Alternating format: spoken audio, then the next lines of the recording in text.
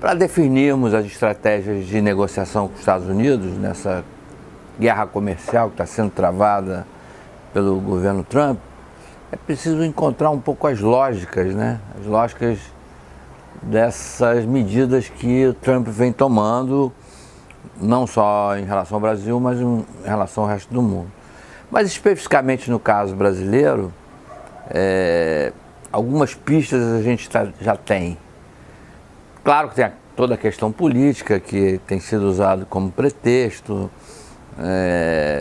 Trump meio que embaralha questões políticas com questões econômicas e comerciais, mas é possível, é bem provável que por trás dessa decisão que o governo Trump anunciou de taxar em 50%, né, uma tarifa jamais adotada pelos Estados Unidos em situações ultra excepcionais, contra produtos brasileiros que eles consomem muito, tipo café, carnes, açúcar, produtos de madeira, calçados, produtos de biquíni para ir à praia, açaí, enfim, tem tanto produto aí que não faz sentido ter esse tipo de taxação, que a gente tem que buscar que lógica, o que levou o governo americano a adotar.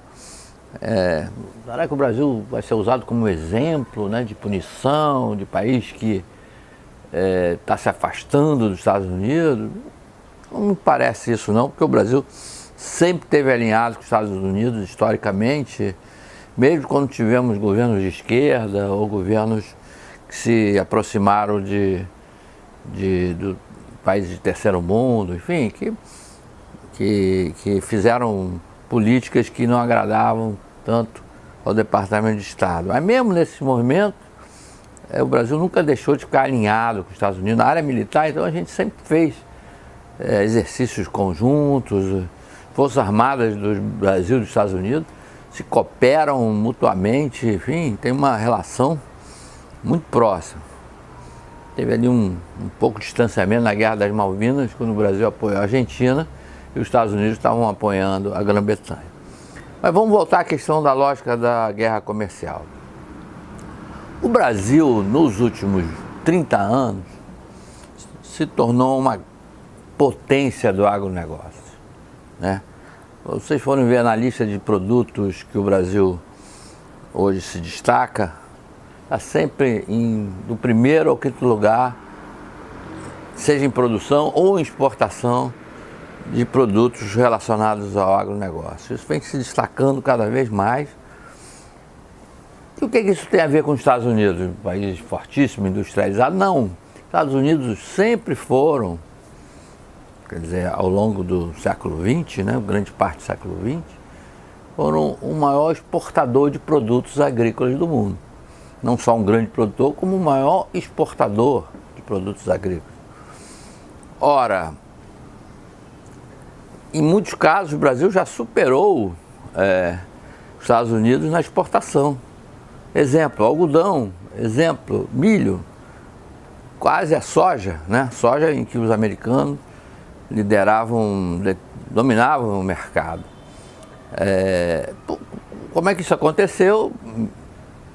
Muitas coisas contribuíram para isso. Um aumento de produtividade enorme na soja, no milho, no algodão, fora aqueles produtos tradicionais como café, açúcar e carnes. Mas teve um aumento de produtividade enorme, passando a ser muito competitivo no mercado internacional. A segunda coisa é que melhoraram os portos aqui, ferrovias, mesmo o transporte rodoviário, a logística para exportação, né? O Brasil não só exporta FOB, exporta CIF, né? Entrega o produto lá fora, até na Ásia, lá uma distância enorme daqui, e chegam lá de forma competitiva. Não é à toa que a China se tornou, por exemplo, o maior cliente do Brasil em vários produtos, entre os quais a soja. Eu acredito que isso esteja perturbando muito os Estados Unidos, que não querem ter um concorrente assim tão forte, né?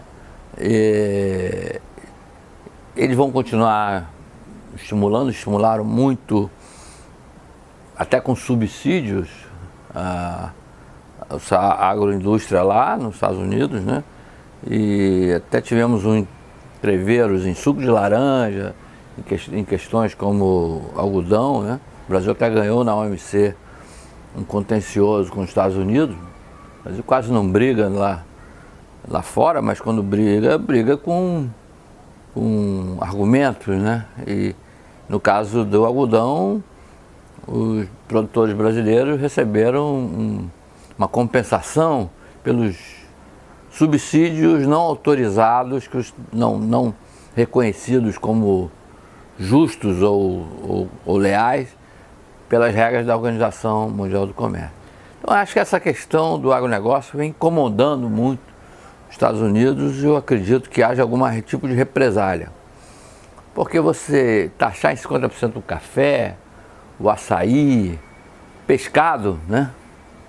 Pescado, que é uma coisa que o Brasil vem crescendo nos últimos tempos, a exportação de tilápia, por exemplo, né? Lá nos Estados Unidos chama St. Peter. É um peixe relativamente barato e que entrou no gosto aí da alta gastronomia. Né? São Pierre, São Pietro, e é a nossa tilápia, na verdade. Muita gente produz isso, mas chega nos Estados Unidos em condições tão boas que isso vem aumentando a participação no mercado americano. O que deixa todo mundo perplexo é que a política de guerra comercial que Trump vem adotando, ela praticamente não tem paralelo, no caso dos Estados Unidos, desde a Segunda Guerra Mundial. Eu acredito que só no governo Nixon tivemos uma situação em que o governo dos Estados Unidos adotou uma medida tão extrema assim, quando desatrelou o preço do ouro ao dólar, né? Havia uma paridade fixa entre dólar americano e ouro desde o acordo de Bretton Woods, e isso foi suspenso pelo governo Nixon. Inclusive depois os americanos retiraram a obrigação de fazer essa conversão automática entre dólar e ouro que havia desde o acordo de Bretton Woods. Essa foi uma grande transformação, mas foi bom para o mundo, né?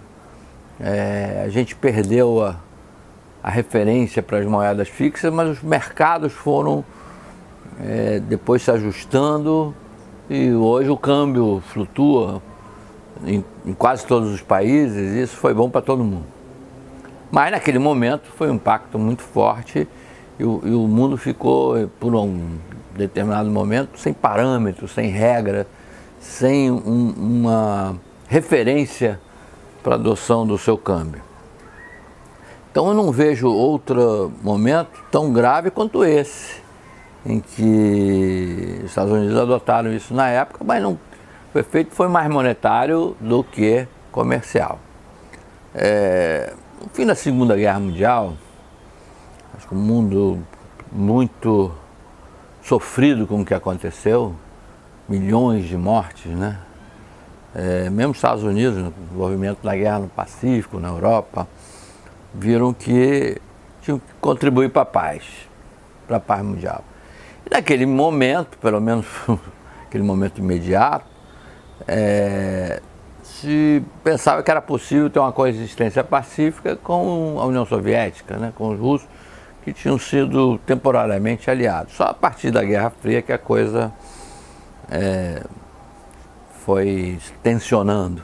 Mas ali, logo depois do fim da guerra, todas as iniciativas foram para se criar instituições, acordos que pudessem auxiliar na paz. Então se criou, por exemplo, as Nações Unidas, né, a ONU, se criou o Fundo Monetário Internacional para ver a questão das finanças, para ajudar países que tivessem problemas temporários nas suas contas externas, se criou o Banco Mundial para se desenvolver economias que estavam atrasadas, subdesenvolvidas, e se criou um acordo geral de comércio, né? Era o GATT. Nesse acordo geral de comércio se criou até uma condição da nação mais favorecida, aquelas que estavam precisando do comércio exterior para crescerem. Os Estados Unidos foram signatários desses acordos todos, e inclusive foram os maiores contribuintes dessas instituições, foram o maior contribuinte da ONU, foram o maior contribuinte do Fundo Monetário, o maior contribuinte do Banco Mundial. Eles também se favoreceram com isso, né? Na década de 50, década de 60, por exemplo, o petróleo ficava muito barato, $1,50 o barril, $1 e pouco, fez com que o consumo lá de combustíveis se multiplicasse por 4 vezes, né? A indústria automobilística nos Estados Unidos, nos anos 50 e começo dos anos 60, multiplicou a sua produção por 5 vezes, né? Os Estados Unidos passaram a ter uma sociedade industrializada e com um nível de bem-estar incomparável no mundo.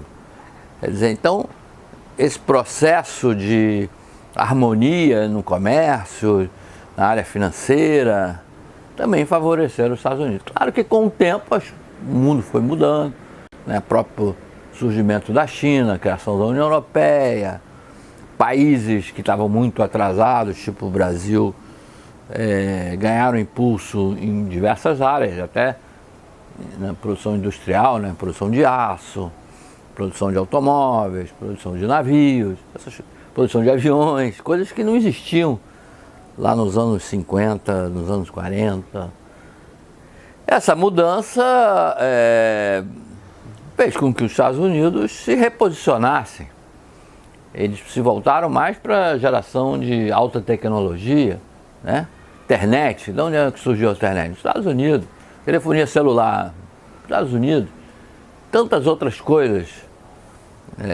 Computação, microcomputação, desenvolvimento de software, inteligência artificial, tudo isso aí, Estados Unidos. Já tem outras economias ali tentando concorrer, China, mas por enquanto os Estados Unidos são líderes absolutos nessas áreas de alta tecnologia. Eles se reposicionaram, quer dizer, e isso não fez com que eles empobrecessem, ao contrário. O Trump tem toda essa política anti-imigração, mas na verdade os Estados Unidos, como é uma economia tão poderosa, um mercado consumidor tão forte, tem um nível de vida tão bom em relação aos demais, que atrai gente do mundo inteiro para trabalhar lá, para querer morar lá, para querer viver lá, para até se estudar, enfim, se instalar como cidadão, se tornarem até cidadãos americanos, se possível.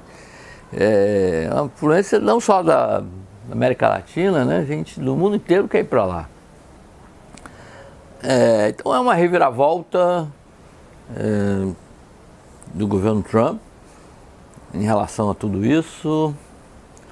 Acredito que a médio e longo prazo os Estados Unidos vão ter que rever esse processo, porque isso só os prejudica. No curto prazo isso está sacudindo o mundo, deve ser isso que o próprio Trump quer, para que os Estados Unidos voltem a ter, pelo menos no plano político, influência como tiveram no passado, que vinham perdendo. Essa razão. Agora, por que o Brasil foi escolhido para pagar o pato, né, nessa história?